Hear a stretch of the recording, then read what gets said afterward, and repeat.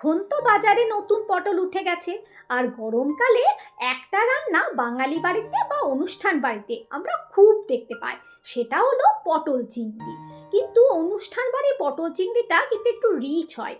তাই আমি আজ একটু ঘরোয়াভাবে অনুষ্ঠান বাড়ির মতো স্বাদ আনার চেষ্টা করেছি। সেই রেসিপিটাই আজকে তোমাদের সাথে শেয়ার করব। তো চলো রেসিপিটা শুরু করি। হে এভরিওয়ান, কেমন আছো তোমরা সবাই? পিয়ালি রন্ধনশালায় তোমাদের সকলকে স্বাগত জানাই। পটল চিংড়ি বানানোর জন্য আমি প্রথমেই 6-7টা মতো পটল নিয়ে সেগুলোকে ভালোভাবে ধুয়ে খোসা ছাড়িয়ে নিয়েছি। ওজনে যদি বলি তাহলে আমি এখানে 250 গ্রাম মতো পটল নিয়েছি। এবার এক একটা পটলকে আমি 2 টুকরা করে কেটে নিচ্ছি। এখানে পটলগুলোকে খুব ছোট করবে না, 2টো করে টুকরো রাখারই চেষ্টা করবে। এবার আমি আলুগুলোকে কেটে নিচ্ছি।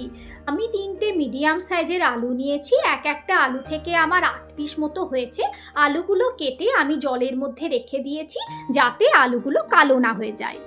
এখন গ্যাসে কড়াই বসিয়ে তাতে দিয়ে দেব কিছুটা সর্ষের তেল। তেলটা একটু গরম হয়ে গেলে প্রথমেই কেটে রাখা পটলগুলোকে ভেজে নেব। পটলগুলো ভাজার সময় এর মধ্যে দিয়ে দেব অল্প লবণ এবং অল্প হলুদ।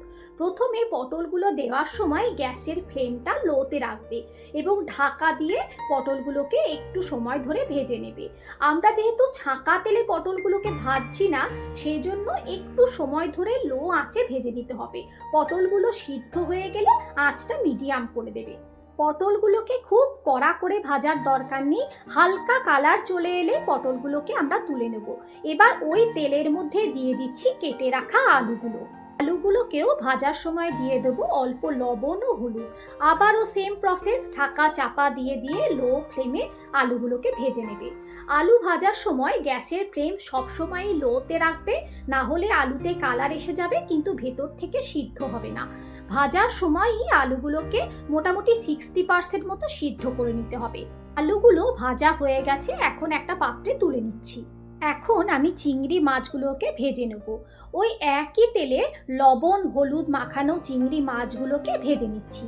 চিংড়ি মাছ তেলে দিয়ে বেশিক্ষণ ভাজবে না, কালার চেঞ্জ হলেই তুলে নেবে, না হলে খাওয়ার সময় একদম রাবারি লাগবে।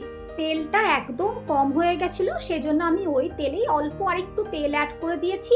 তোমরা না চাইলে নাও দিতে পারো। এবার ওই তেলেই দিচ্ছি একটা তেজপাতা, একটা শুকনো লঙ্কা, অল্প জিরে আর অল্প গোটা গরম মশলা দিয়ে ভালো করে ভেজে নিয়ে দিয়ে দিয়েছি কেটে রাখা পেঁয়াজগুলো কিছুক্ষণ ভেজে নেব। পেঁয়াজগুলো হালকা ব্রাউন হয়ে এলে এর মধ্যে দিয়ে দেবো 1.5 চামচ মতো আদা রসুন বাটা। আদা রসুন বাটা দিয়ে একটু মিশিয়ে নিয়ে এর সাথে দিয়ে দেবো কিছু গুঁড়ো মশলা। 1/2 টিস্পুন হলুদ গুঁড়ো, 1/2 টিস্পুন কাশ্মীরি লঙ্কার গুঁড়ো, 1/2 টিস্পুন ধনে গুঁড়ো, 1/2 টিস্পুন জিরে গুঁড়ো। সব মশলা দিয়ে আবারও একবার ভালোভাবে কষিয়ে নেব। এখানে যদি তোমাদের মশলাগুলো দিয়ে ড্রাই মনে হয় তাহলে তোমরা অল্প জলে ছিটে দিতে পারো। এবার আমি দিয়ে দেবো 2টো মিডিয়াম সাইজের টমেটোকে আমি পেস্ট করে রেখেছিলাম, সেই টমেটোর পেস্টটা। এরই সাথে আমি 3-4টে কাজু বাদাম ও 1/2 টিস্পুন পোস্ত দিয়ে একটা পেস্ট বানিয়ে রেখেছিলাম, সেটাও দিয়ে দিয়েছি। এই পেস্টটা দেওয়া সম্পূর্ণ অপশনাল, না চাইলে নাও দিতে পারো, তবে দিলে একদম অনুষ্ঠান বাড়ির মতো খেতে লাগবে। এবার মশলাটার মধ্যে দিয়ে দিচ্ছি ভেজে রাখা আলুগুলো দিয়ে মিনিট 2-3 মতো ভালোভাবে কষিয়ে নেব। এখানে গ্যাসের ফ্লেমটা মিডিয়ামে রেখে কষাতে হবে। মশলা থেকে তেল ছেড়ে দিলে দিয়ে দিচ্ছি স্বাদ অনুযায়ী লবণ ও স্বাদটা ব্যালেন্স করার জন্য দিয়ে দিচ্ছি অল্প চিনি। হালকা হাতে সব কিছুকে ভালোভাবে কষিয়ে নেব। মশলা কষানোটাই এই রান্নায় আসল। মশলা যত ভালোভাবে কষানো হবে তত রান্নায় টেস্ট হবে। পরিমাণ মতো জল দিয়ে আলুটা সম্পূর্ণ সেদ্ধ হওয়া পর্যন্ত ঢেকে দেব। আলুটাও সম্পূর্ণ সিদ্ধ হয়ে গেছে, সাথে খুব সুন্দর তেলটাও ভেসে উঠেছে। এবার আমরা দিয়ে দেব ভেজে রাখা পটলগুলো দিয়ে ভালোভাবে মিশিয়ে নিচ্ছি। আমার ঝোলটা একটু কম মনে হচ্ছে, তাই ঝোলের জন্য দিয়ে দিচ্ছি গরম জল। অবশ্যই গরম জল ব্যবহার করতে হবে, কোনোভাবেই ঠান্ডা জল ব্যবহার করা যাবে না। আগে যদি আলুর সাথে পটলগুলো দিয়ে দিতাম তাহলে পটলগুলো বেশি সিদ্ধ হয়ে যেত। অনুষ্ঠান বাড়িতে যেমন গোটা গোটা পটলগুলো থাকে সেটা থাকতো না। এই ছোট ছোট টিপসগুলো মানলে দেখবে অনুষ্ঠান বাড়ির মতো রান্না আমরা বাড়িতেও করতে পারবো। সব শেষে দিয়ে দেবো ভেজে রাখা চিংড়ি মাছ। আরও একবার চিংড়ি মাছ দিয়ে ফুটিয়ে নেব।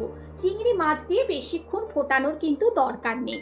নামানোর আগে দিয়ে দিচ্ছি হাফ টিস্পুন গরম মশলার গুঁড়ো। তোমরা চাইলে এর সাথে হাফ টিস্পুন ঘিও দিতে পারো। তৈরি হয়ে গেল অনুষ্ঠান বাড়ির স্বাদের পটল চিংড়ি। তোমরা দেখতেই পেলে আমি কিন্তু অতিরিক্ত তেল মশলা ব্যবহার করিনি। আশা করি এই গরমে তোমরা একবার হলেও রেসিপিটা ট্রাই করবে, আর ভালো লাগলে আমার ভিডিওটাতে একটা লাইক করে দিও। ভালো থেকো সবাই, দেখা হচ্ছে নতুন একটা রেসিপির সাথে পরের একটা ব্লগে। Bye bye.